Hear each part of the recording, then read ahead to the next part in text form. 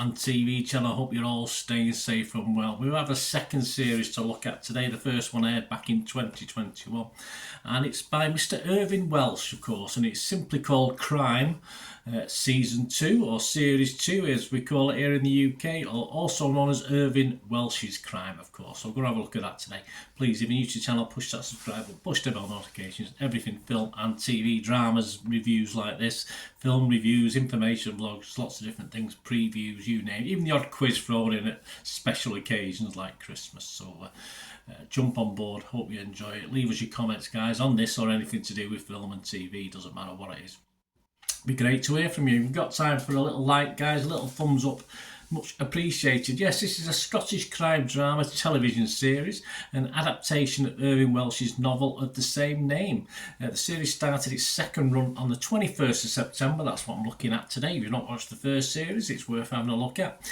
On the 21st of September, and all 6 episodes are available on ITVX, where I watched it. Series 1 was well received, broadcast on BritBox as well as ITV. I think back in November 18, 2021 it had its debut, and it scored over 7 out of 10. Yeah, I think it's averaging 7.2 out of 10, but of course it will include some reviews for this latest series as well on there, but it averaged around 7 out of 10 on Internet Movie Database, or slightly higher. Doug Ray Scott reprises his role as Detective Ray Lennox. Yeah, I'll give you my view on Doug Ray in a moment. Among those returning for Series 2 are Ken Stott, Joanna Vanderham, John Sim, yeah, very briefly, and Derek Riddell. And what's it about? Well, as Lennox returns from the confectioner case, so yeah, it is advisable to watch the first series because there are links, of course, to that. He doesn't have too much time to dwell, though, on problems. He's been off work for a little while, and we have multiple homicides taking place. Conspiracy theories, the MI5, stuff like this, but not too deep, the conspiracy theories on this one, which is a blessing for my old brain. So yours is younger, you might cope better, but I don't like too many things thrown at me. Unfortunately, it's not too bad on that score. As at the 19th of October 2023, as I'm recording this, the only reviews we've got, as I said, Internet Movie Database, you can't really tell because it's reviewing the whole thing, Series 1 and 2. But as far as Rotten Tomatoes audience on Season 2 is concerned, it's a 71% positivity, which is fine, that's okay.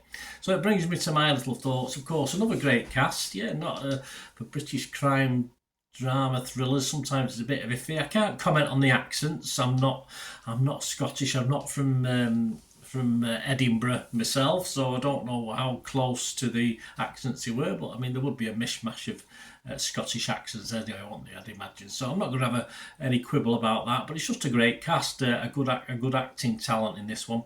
Good characters, great characters, not always nice characters, a bit seedy at times, but for me I thought this was perhaps a little bit better than the first series, perhaps because I know the characters. As we delve a little bit deeper into D.I. Lennox's psyche and his problems, of course, we get to learn what his deep problem is, which I don't think we did in the first series, if I remember correctly. So, of course, all this is going on the back of a serial killer case going on, of course, with the police involved as well as MI5, although it never loses that sort of small feeling, that personal, family, messy, grimy relationship vibe that's spread throughout. There's a couple of nice little twists as well that I didn't quite see. I'm usually good at seeking these out and finding them, but yeah, a couple of little twists. Some were sort of telegraphed, but the couple that kept me guessing. And there's always time for some humour, which you'd expect from Irvine Welsh in the darkness, which works only as perhaps Irvine Welsh can accomplish. But a bit more would have been nice, not quite as much. I like a little bit more, perhaps. Doug Ray Scott, for me, is the interesting one. I said I'd comment on him, didn't I? For me, he's okay. He's not one of my favourites. He's not one of my favourite actors. I don't know why. I just find him a little bit one-dimensional. Good for this role, don't get me wrong. Although I think someone else may play it better with a bit more grit and determination, but he's okay, he's fine, and you've got to credit him. He's a Hibernian fan in real life, and he portrays a Hearts fan in this, so that must be quite painful. I could understand if I was asked to play a United fan in something. It pays the wages, but I wouldn't be happy about it. I like a new setting. Of course, this is Edinburgh. It doesn't get a lot of stuff based. We've not seen a lot of stuff based in Edinburgh over the years, of course. So we do return for Edinburgh in this, where I think it is shot as well.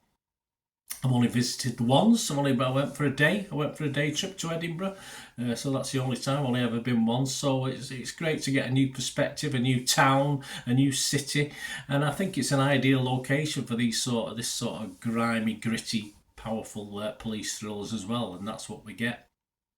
For me, it does though remain slightly formulaic for Mr. Irvine Welsh, not as perhaps original as some of his early stuff, but as thrillers go, yeah, it's fine. It could be darker, could be a little bit darker for me, funnier, yeah, could definitely be funnier, as I said, but it's enjoyable enough. And as I said, I did perhaps prefer this to series one on the basis that perhaps knew some of the characters and it was a continuation of that as well. But yeah, it's enjoyable enough, and as a BritBox come ITVX thriller, it's one of the better offerings. I say BritBox was always a little bit hit and miss. ITVX is not perhaps as much, but can be hit and miss. This is certainly one of the better offerings, and I did enjoy it over the 6 episodes, which was about right, about 6 by 45 minutes. I was happy with that.